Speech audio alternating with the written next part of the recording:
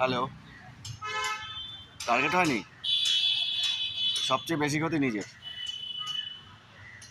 সবচেয়ে বেশি ক্ষতি নিজের। তারপরে নিজের সঙ্গে জড়িত মানুষের।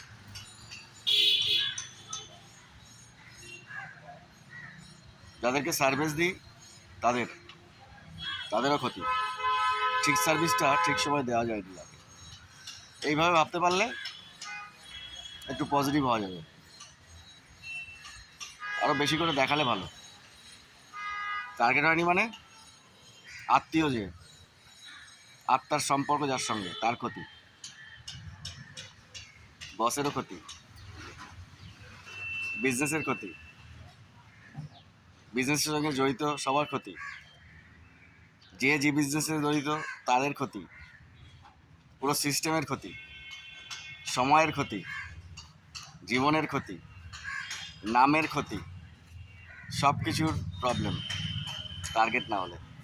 টার্গেট ভালোবাসতে হবে। যারা টার্গেট ভালোবাসে না তাদের জন্যে জীবনের রং অন্য, সময়ের রং অন্য, সম্পর্কের রং অন্য।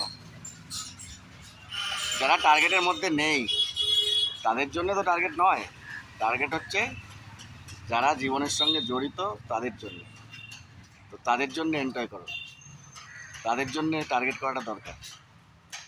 সেই জায়গায় এন্ট্রি নিতে হবে।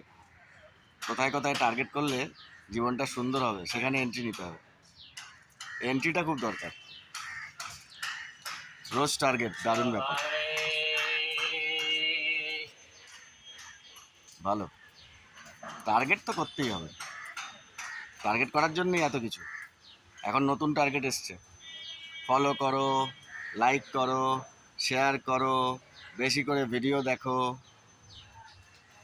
এগুলো সব কিছুই টার্গেট, জীবনের টার্গেট, কাজের টার্গেট। তিনটে টার্গেট ভালো: বেসিক টার্গেট, এন্টারটেনমেন্ট টার্গেট, আর লাক্সারিয়াস টার্গেট। এই সব টার্গেটই সুন্দর সময়ের জন্য। Enjoy good time, good activities. Thank you.